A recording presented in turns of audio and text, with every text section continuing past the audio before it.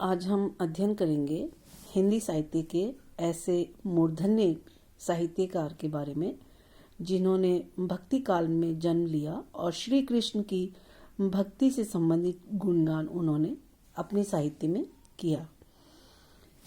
उनकी अभिव्यक्ति की क्षमता और लेखनी में जो जादू था, इस चीज और इस अभिव्यक्ति क्षमता के कारण हिंदी साहित्य में उन्हें हिंदी साहित्य का सूर्य भी माना जाता है।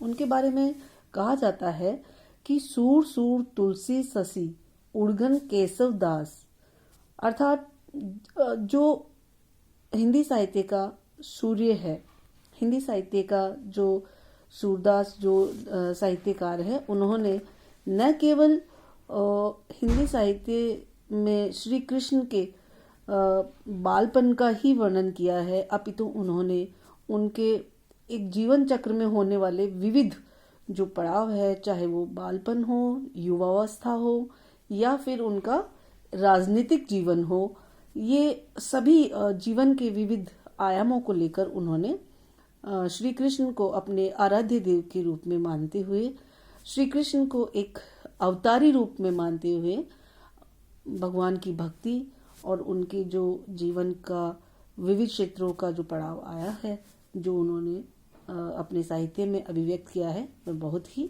मार्मिक है। मैं अगर उनके बारे में बताना चाहूँ तो उनका जो जन्म है वह 1478 ईस्वी में 1478 में रुनकता या ये कहिएगा रेणुका क्षेत्र में हुआ। कुछ विद्वान उन्हें दिल्ली के पास एक जगह है सीही नामक गांव का भी मानते हैं। ये भी बात प्रसिद्ध है कि वह 6 वर्ष की बहुत ही कम आयु में विरक्त हो गए थे। यानी उन्होंने मथुरा और वृंदावन के बीच गौ घाट नामक स्थान पर निवास बना लिया था। वो वहां रहने लगे थे। वे ऐसी अद्भुत विलक्षण जो बहुत ही गायकी उनके अंदर थी और उनकी ख्याति शीघ्र ही बहुत दूर दूर तक फैल गई थी। और उसी से खींचकर आप ये देखिए, महाप्रभु वल्लभाचार्य वहां आए थे और उन्होंने सूरदास को अपना शिष्य बनाया और शिष्य बना लिया। उसके बाद श्रीनाथ के मंदिर में भजन कीर्तन के लिए उनको नियुक्त कर दिया। तो ये उनके जो विलक्षण क्षमता थी गायकी की और अभिव्यक्ति की, इस कारण से महाप्रभु वल्लभाचार्य आकर उन्होंने उनको सूरदास को अपना शिष्य भी बनाया और भजन कीर्तन के लिए श्रीनाथ मंदिर में उनको नियुक्त भी कर दिया। अब उनके बारे में अगर बात करें तो कहते हैं कि सूर जो थे वो जन्मांध थे या बाद में अंधे हो गए। कई लोगों के जो विद्वान हैं उनके इस जो विचार है उसमें अलग अलग विचार उनके सामने आते हैं। कुछ उनको मानते हैं कि वो जन्म से ही अंधे हुए, कुछ उनको बोलते हैं कि वो जन्म से अंधे नहीं थे, वो बाद में अंधे हो गए। इस बारे में विद्वानों में बहुत मतभेद है। वास्तव में जैसे उन्होंने अपने पदों में यमुना का किनारा, कदम का पेड़ और रंगों का जो वर्णन किया है, वो इतनी खूबसूरती से किया गया है। उन्होंने मतलब जो आंखें, जिनकी आंखों में जो बाहर का दृश्य है उसको देखने की क्षमता जो होती है, उससे भी बेहद मतलब बहुत ही मार्मिक तरीके से, बेहद मतलब कहीं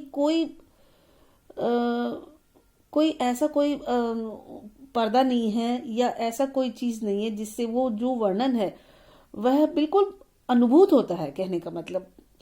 तो उसे देखकर उन्हें हम ये नहीं कह सकते कि वो जन्मांध थे, या मतलब उन्हें देखकर उनका जन्मांध नहीं कहा जा सकता है। कहने का मतलब है कि हमें लगता है कि वो हो ही नहीं सकता है ऐसा। इतना सुंदर जो वर्णन कर रहे हैं, उनके वर्णन में ऐसी अनुभूति होती है जैसे हम उसी काल में पहुंच गए, जो भक्ति काल में जिस प्रकार से उन्होंने बिना मतलब रोशनी के अंधे होते हुए भी, जो लोग कहते हैं ना कि जन्मान थे, तो वो इतना सुंदर वर्णन करते हैं कि हमें वो यकीन ही नहीं होता है कि वो देख नहीं सकते थे। और सन 1583 में पारसोली में उनका देहांत हो गया था। अगर हम बात करते हैं सूरदास की रचनाओं के बारे में, तो सूर की प्रमाणिक रचनाएं मुख्य तौर पर हम 3 रचनाएं देखते हैं। पहली जो रचना है वो है सूरसागर, दूसरी साहित्य लहरी और तीसरी उनकी जो मुख्य रचना है सूरसरावली। अब इन तीनों रचनाओं में भी अगर हम देखते हैं तो सूरसागर उनकी जो कीर्ति है, उनका जो यश है, उसका मुख्य आधार है। यानी उनके जो यश को ऊर्ध्वगामी ले जाने वाली अगर कोई रचना है तो वो है उनका सूरसागर। अगर काव्य की विशेषता के बारे में बात करते हैं तो सूरदास मूलतः भक्त हैं। उनकी भक्ति में कहीं वात्सल्य की झलक है तो कहीं श्रृंगार की, ठीक है ना।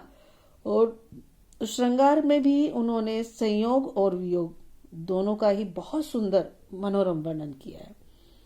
और इसी सुंदर मनोरम वर्णन के चलते उन्होंने जो अभिव्यक्ति की क्षमता और बहुत ही सुंदर तरीके से दोनों श्रृंगार के संयोग और वियोग दोनों का ही जो वर्णन किया है, इस अद्भुत वर्णन को पढ़कर हमारे जो हिंदी साहित्य के महान शलाका पुरुष आचार्य रामचंद्र जी ने उनकी प्रशंसा में कुछ कहा। और वो बोलते हैं, आचार्य रामचंद्र शुक्ल ने सूर के बारे में कुछ लिखा है। वो क्या है कि श्रृंगार और वात्सल्य के क्षेत्र में जहां तक सूर की दृष्टि पहुंची वहां तक और किसी कवि की नहीं।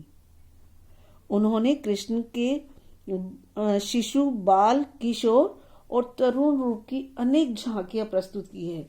यानी उन्होंने जो बाल मनोविज्ञान है उसको बहुत ही खूबसूरती से व्यक्त किया है। तो बहुत ही प्रशंसा में आचार्य रामचंद्र शुक्ल ने उनके वात्सल्य और श्रृंगार के क्षेत्र में जो उनकी दृष्टि पहुंची है, जिस तरह से वो हृदय के कोने में, हर कोने में वो झांक आते हैं, वो अभिव्यक्ति उन्होंने पढ़ी और उससे वो बहुत ही प्रसन्न हुए। तो ये उनकी विशेषताएं, हम काव्य की विशेषताएं जो है सूरदास के काव्य में हम देख सकते हैं। फिर अगर हम उनकी साहित्य में भाषा शैली की बात करते हैं तो उनका सबसे बड़ी बात यह है कि सूर का संपूर्ण साहित्य गाने योग्य है, गेय है। मतलब वास्तव में अगर हम देखते हैं कि उनके पद गाने के लिए लिखे गए हैं तो उनमें संगीत और वात्सल्य का अद्भुत साहित्य में जो एक मेल होता है वो बहुत ही खूबसूरत मेल है। और सूर जितने अच्छे गायक हैं, जितना बढ़िया स्वर वो पकड़ते हैं, उतने ही महान और श्रेष्ठ कवि भी हम उनको कह सकते हैं। और आप ये मानिए कि इस कारण सूर्य के समानांतर दूसरा कोई दूर दूर तक कोई भी कवि हमें देखने को नहीं मिलता। और उनके पद क्या है कि बिल्कुल हृदय को छूते हैं।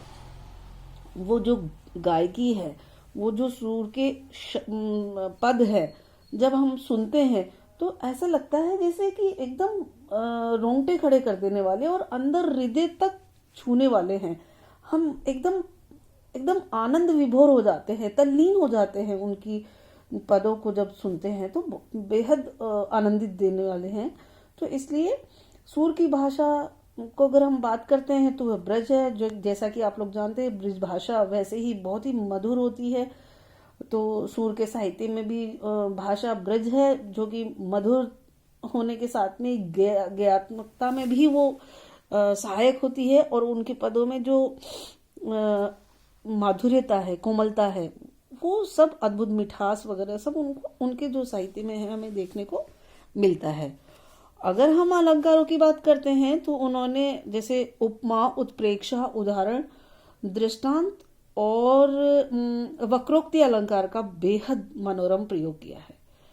इस प्रकार अनुप्रास तो उनकी हर पंक्ति में बिखरा हुआ है। जहां भी हम पढ़ते हैं अनुप्रास अलंकार का उन्होंने बहुत ज्यादा प्रयोग किया है। और इस तरह से हम महसूस करते हैं कि हाँ, सूर वाकई में सचमुच में साहित्य के सूर्य हैं। ऐसे सूर्य जिनका कोई सानी नहीं, जिनकी कोई अन्य कवि बिल्कुल बराबरी नहीं कर सकता है।